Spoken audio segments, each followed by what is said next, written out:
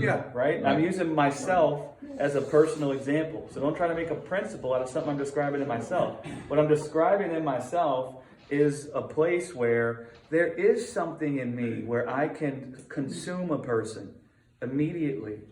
There just is. I don't judge myself as good or evil because of that. I don't say it's good, neither do I say it's evil. And if I come and level a judgment as it's good or evil, that would be bondage. And so there was a liberty God brought me to where I could be removed from the dynamic and not look at myself within the dynamic. And I could just talk with God about delivering the message in a way that it can be clear, right? I'm not even looking at it as I'm right or as I'm wrong, or it was right or it was wrong. But I'm in the place where I'm not feeling ashamed about me or them, right? So please don't misunderstand what I'm saying. I'm just using it as a personal example. I don't feel any shame about that situation, right? And it may have gone down that same way. I'm just using an example. People that know me would testify to the fact that when engaged in a conversation, they can feel consumed sometimes, right? Now, does that mean I'm evil? No. Does that mean they're evil? No. Okay. Neither of us are good or evil. Now I can talk with God. Do you see what I'm saying? That's what I'm saying. Because who cares if it's good or evil? What I care about is the person I'm talking about hearing what I'm freaking saying. And so if I can dwell in a place where I can discern the hearts of people in a way that will allow my language to be peppered in a way that they can hear what I'm saying, that's what I'm after. And if this thing in me that just consumes, if it can be tempered, not because I'm evil that it happens, not because I'm wrong that it happens, but if I can just dwell more in the Spirit, separated from myself, rather let me dwell that way. Because that's what's in my heart. What's in my heart is for that guy to hear what I said. Not for me to prove that there's nothing wrong that I did. Right. Do you see what I'm saying? Yep. And if we're in that place, we're all the time trying to prove there's nothing wrong with what I did. I don't see God doing that ever. And if I'm dwelling there, and I don't see God dwelling there ever, then I want to ask myself, am I sitting in the seat of the Spirit? Right? And am I toiling in the wrong kind of a thing? Right? Because if I'm sitting in that seat, one of two things will happen. I'll either walk away feeling ashamed, my mind filled with my own works, or I'll walk away feeling negative about them and my mind filled with their works. Neither one of those is the fruit of the Spirit. And so I'm not describing where we judge ourselves negatively.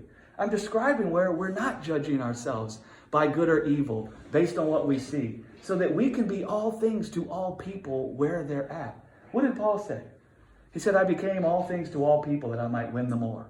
He didn't say, well, this thing about me is the right kind of a way, and if they don't engage with it the right kind of a way, then screw them.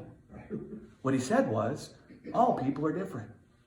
And all people have experienced life differently. Right. Rather, let me find something born in me where I can become all things to each person in each situation that I might be able to reach them where they're at. And so I'm not busy talking about there's something wrong with me. What I'm busy talking about is the ability to be separated from yourself, right?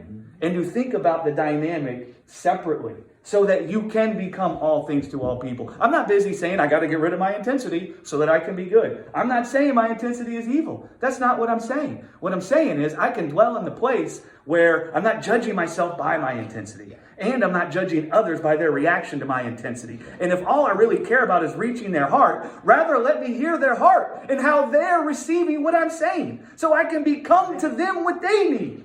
Because all I care about is their life going well anyway. Right? Instead of fighting to prove my intensity's good. I hope you can understand what I'm saying. And I hope no one walks away here trying to take some burden on of examining yourself. That's not what I'm talking about. I'm talking about where we don't examine ourselves by what we see. And because we don't examine ourselves by what we see, we're able to fellowship with God and talk with God about all the dynamics of these things. Right?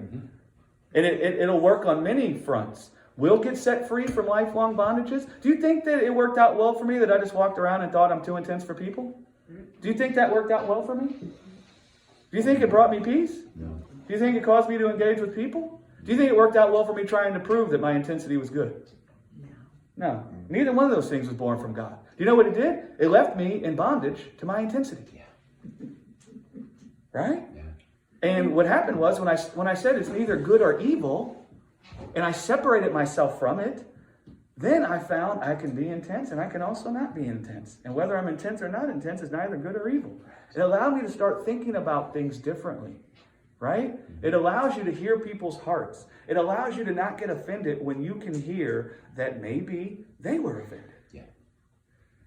And now you're not looking to respond, but you can just hear why they were offended. And then you can actually start talking with them about that instead of you trying to prove you're not offensive.